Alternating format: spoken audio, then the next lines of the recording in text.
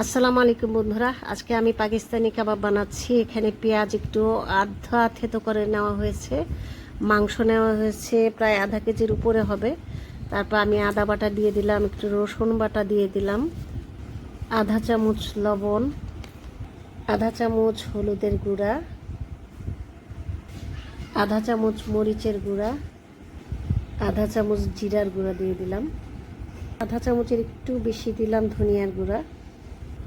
এখন দিচ্ছি সামান্য পরিমাণ কাবাব মশলা। কাবাব মশলাটা আসলে মেন, যেহেতু আমরা এটা কাবাব বানাচ্ছি। এক টুকরা দারচিনি দিয়ে দিলাম, 5-6টা গোলমরিচ। দেখো, এখন দিয়ে দিলাম 2টা তেজপাতা। এই মশলাগুলোকে এখন আমি ভালো করে মেখে নেব। ভালো করে মেখে নিয়ে এটাকে ভালো করে মশলাগুলোকে মেখে আমি এটাকে প্রেসার কুকারে বসিয়ে দেব। মাংসটা প্রেসার কুকারে 10টা সিটা হলে 10 সিটি বাজলে পরে আমি এটাকে নামিয়ে নিয়ে কাবাবের জন্য ভাজবো।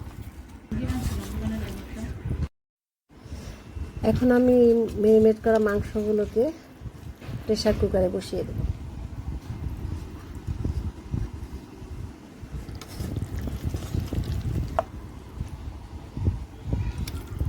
মাংসগুলো সব প্রেসার কুকারে দিয়ে দেওয়া হয়েছে। এখন আমি সামান্য পরিমাণে একটু হালকা পানি দিয়ে দেব। তো আমি এখানে হালকা পরিমাণে বাটিটা ধুয়ে একটু পানি দিয়ে দিচ্ছি। এখন প্রেসার কুকারের মুখটা লাগিয়ে এটাকে চুলায় বসিয়ে দেব। তো আমার প্রেসার কুকারে মাংস সিদ্ধ হয়ে গেছে, মাংসের পানিটাও শুকিয়ে নিয়েছি। এখন এটাকে একটু স্লাইস করে কেটে নেব, একটা পাত্রে ঢেলে স্লাইস করে কেটে নেব। মাংসগুলোকে আমি একটা পাত্রে ঢেলে নিয়েছি, তো এখানে পাতাগুলো লাগবে না, এগুলো ফেলে দিতে হবে। এগুলো ঘ্রাণ আসার জন্য আসলে পাতা দিয়েছিলাম।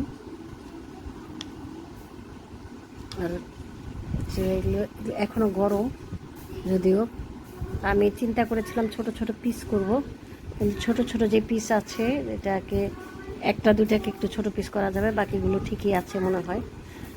তো ছোটো পিস করা দরকার নাই, আর যেভাবে আছে এভাবে আমি একটু মশলা মেখে তারপর ভাজবো। এখানে যে তেজপাতা এবং দারচিনি দেওয়া হয়েছে সেগুলো উঠিয়ে ফেলে দেব, যে এলাচি দেওয়া হয়েছে সেগুলো উঠিয়ে ফেলে দেবো, যেন কামড়ের মধ্যে না লাগে। এগুলোকে আমি এভাবে ছোট ছোট পিস করে কেটে নিলাম, মাঝখানে একটা একটা টুকরা করে কেটে নিচ্ছি। যেগুলো একটু বড় বড় পিস হয়ে গেছে সেগুলোকে শুধু একটু মাঝখানে কেটে নিচ্ছি। আবার জোরে চাপ দিয়ে কাটলে একটু ভেঙে যেতে পারে, তবে এভাবে কাটবেন না, একটু আলতো করে কেটে নেবেন। তো এটা পাতলা আছে, এটা না, এটা কেটেছি, এটা অনেক পাতলা। আর এটাকে হয়তো বা একটু পিস করা যায় কিনা দেখি, একটু লম্বা করে একটা পিস করি। সুন্দরভাবে পাতলা পাতলা করে পিস হচ্ছে, আসলে পাতলা করলে এটা ভাজাটা সুবিধা হবে। এইভাবে আমি সব কটা পিস করে নেব। এখন এটার ভিতর আর একটু সামান্য মরিচ দিয়ে নিচ্ছি, কারণ আমরা যদি একটু ঝাল খাই, আর যারা ঝাল খাবেন না তারা একটু মরিচ না দিলেই চলবে। আর একটু কাবাবের মশলা দিয়ে দিচ্ছি।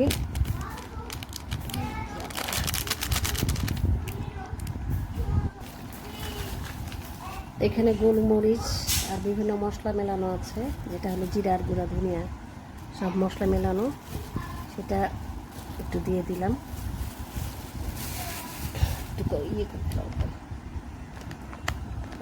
একটু ময়দার গুঁড়া দিয়ে দিলাম, একটু ময়দার গুঁড়া, একটু কর্নফ্লাওয়ার দিয়ে নিচ্ছি। আর না, সব মশলা দিয়ে ভালো করে মেখে নিতে হবে। মশলাটা আসলে ভালো করে মাখতে মাখতে আসলে মিলিয়ে যাবে। বন্ধুরা, এবার কাবাবগুলো ভাজার পালা। তো কাবাবগুলোকে এভাবে গরম তেলে আসলে মৃদু আঁচে ভাজতে হবে, যদিও এটা সিদ্ধ করা, কিন্তু তারপরও আস্তে আস্তে করে ভাজতে হবে, এই কারণে যেন জোসটা ভিতরে ঢুকে এবং তেলটাও ভিতর পর্যন্ত ভাজা হয়ে যায়। মচমচে করে ভাজতে হবে। আবার এত মচমচে করা যাবে না যে টোস্ট বিস্কুট হয়ে যায়, কিছুটা সফট থাকবে, ওরকম করে আসলে আস্তে আস্তে করে তেলের ভেতর আমরা ভেজে নেব আমাদের কাবাবগুলো। এবং কাবাবের কালারটা যখন এমন হয়ে আসবে তখন এটাকে কিন্তু বুঝে নিতে হবে যে কাবাব আমাদের তৈরি হয়ে গেছে, তখন নামিয়ে নিতে হবে। তো এইভাবেই আমি আমার সব কয়টা কাবাব ভেজে নিয়েছি। আর আপনাদের যদি ভিডিওটা ভালো লেগে থাকে তাহলে লাইক কমেন্ট শেয়ার করে অবশ্যই পাশে থাকবেন। আর সবাইকে কাবাবের দাওয়াত রইল, ইনশাল্লাহ সবার জন্য কাবাব বানিয়ে খাওয়াবো। আর আপনারা যারা যারা আমার পোস্টে লাইক কমেন্টস করছেন, আমাকে উৎসাহ দিচ্ছেন, তাদের সবাইকে অনেক অনেক ধন্যবাদ। সব বন্ধুদের শুভেচ্ছা এবং শুভকামনা। সবাই পেজে কাজ করুন, আইডিতে কাজ করুন এবং ফেসবুকে মনোযোগের সহিত কাজ করুন। ধৈর্য ধরে কাজ করলে সফলতা অবশ্যই পাওয়া যায়, সফলতা আসবে সবার জন্য। খোদা হাফেজ।